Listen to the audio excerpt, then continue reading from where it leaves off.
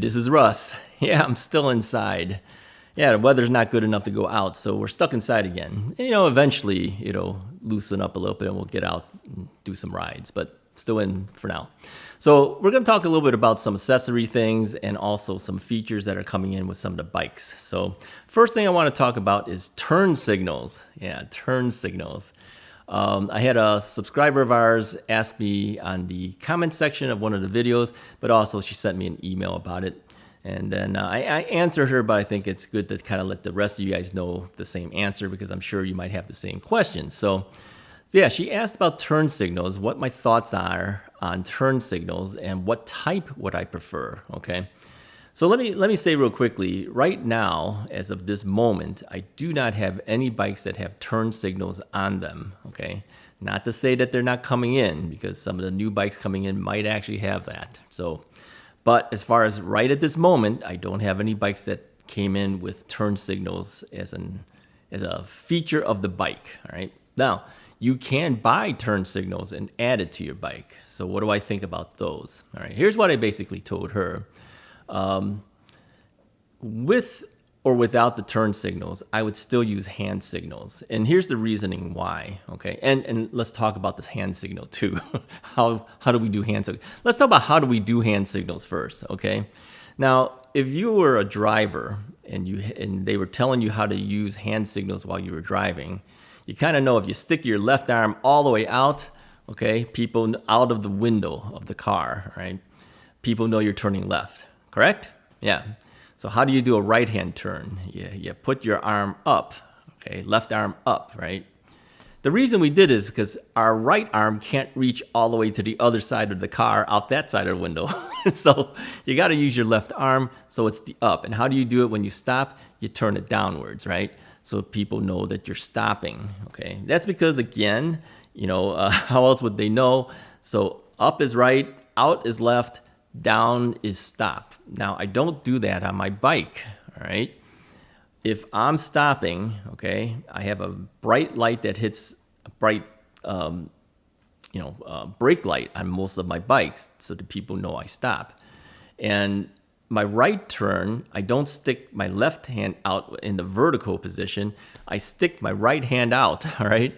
Because I kind of figure if they see my right hand out and pointing to the right, they know I'm turning right. If they see my left hand out and sticking to the left, they know I'm turning left. We don't have to stick with this vertical positioning for bicycles because we don't have a window to deal with. We don't have to go across a car to do it. So stick your right hand out if you're turning right. Stick your left hand out if you're turning left.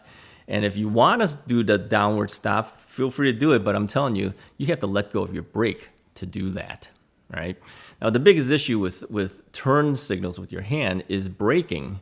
The minute you stick your hand out, you can't brake with that hand. So you're braking with one hand. That's not efficient. It could be dangerous, especially if you're taking your left hand and putting it out for a left turn. You can't use the front brake, right? Here in the United States, front brake is our left. That's kind of tough. And if you use your left hand and you're using to brake and you use your right hand to signal, a one-handed brake in the front could topple you over the handlebar, all right? You need both hands to brake is what I'm telling you, all right? Even pressure on both left and right hands for braking. Now, sometimes I feather a little bit, and if I feather, I'll feather with the back brake. I very seldom will feather with the right, with the front, because again, front brakes by itself could topple you over the front of your handlebar if you accidentally hit it hard. So if I have to feather, I always feather with the rear brake, all right? But my preference is to use both hands. But it's tough to do when you're hand signaling, okay? Sometimes you'll see too when I'm riding, you know, people will say, "You didn't signal." Okay, well, I'm probably trying to brake. So which of the two do you prefer? Me to stop or go through the intersection and slam into a car, all right? So yeah, I need both hands to do it. All right, so with the turn signals that are for bikes, isn't that better? Not always. Here's why. A lot of times the lights aren't bright enough, okay? Secondly, I don't think cars are used to seeing turn signals on bikes. They're not looking at your bike. Did he hit the turn signal? Did he? You know, and it's not wide enough. Most of these things are, you know, like here's your left, here's your right. So if it was here's your left, here's your right, I mean, if it's a distance, that's a different story. But they're usually pretty close together. Hard to tell, all right? And it's not bright enough on top of it, and drivers probably aren't looking for it, all right? Now, give you another scenario. You want to make a left turn, all right? You're coming up to an intersection. You want to make left turn. So you don't put your arm out. You just use the turn signal on the left. Do you think that car across the street can see the blinking light? Probably not. And if they do see the blinking light, do you think they can tell whether it's a left or a right turn? Whoops, I'm hitting a microphone here. Do you think they can tell it's a left or a right turn from that little blinking light that's really close together? Probably not, yeah. But if you stick your arm way out, do you think they're going to be able to see that? I think so, yeah. So even with the turn signals available, use your hand, okay? You don't want to say, oh, okay, I used my turn signal, and then you entered into the intersection, turned left, and that other car oncoming decides to go forward and he hits you. Protect yourself is what I'm basically saying, and the best way to protect yourself is hand signals, all right? Now, the turn signals, having the turn signals in addition to the hand signals is not a bad thing, okay? I'm not saying it's bad. I'm just saying don't rely on it 100% because chances are the driver doesn't know and he's not looking for it, all right? All right, that's my opinion on turn signals, all right? So, having said that, you know, if a bike of mine comes in and it has a turn signal, great. You know, I'll try to use it, but I'll probably still stick my hand out. There you go. All right. What about other accessories? I think somebody mentioned before, how come you don't use one of those rear view cameras? You know what I'm talking about? Where you can put a camera on it and then you have a monitor in the front.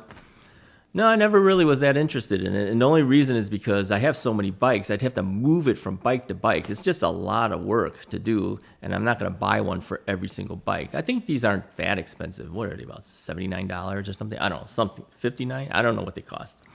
Plus, it'd be another thing I'd have to charge, you know, the batteries and everything. So I just said, too much effort. Plus, on my handlebar, I got usually so much stuff on it as it is, I would have to add another. So usually with that, you'd have to put one of those handlebar extender things so you can put things on it.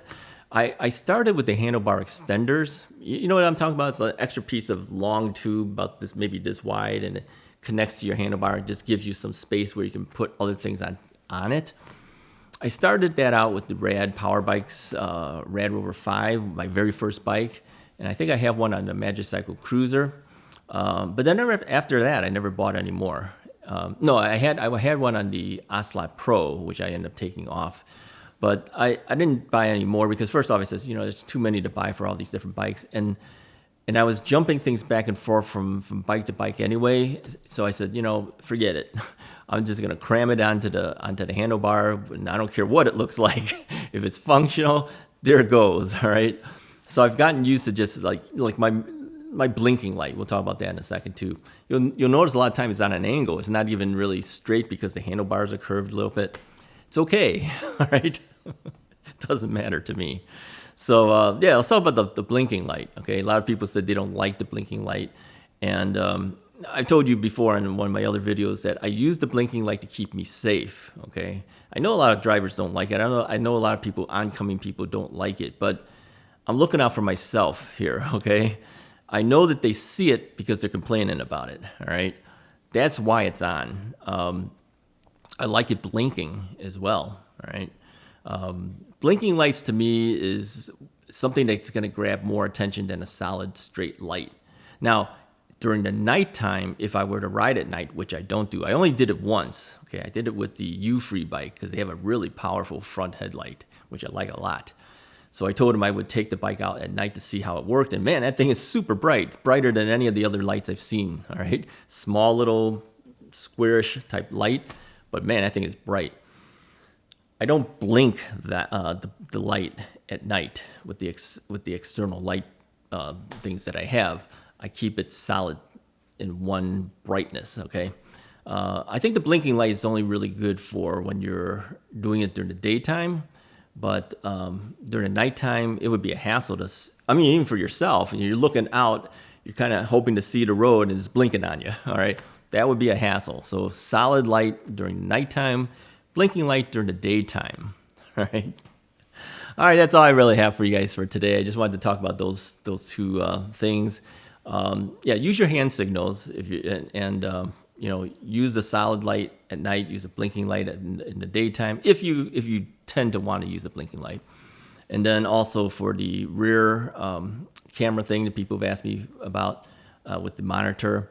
Just too much stuff to put on the handlebar, so I just decided it's not worth it, and it would be difficult to move it from bike to bike to bike unless I bought one for every bike. So I usually do buy a mirror for every bike, though. So you might say, well, hey, you're buying a mirror for every bike.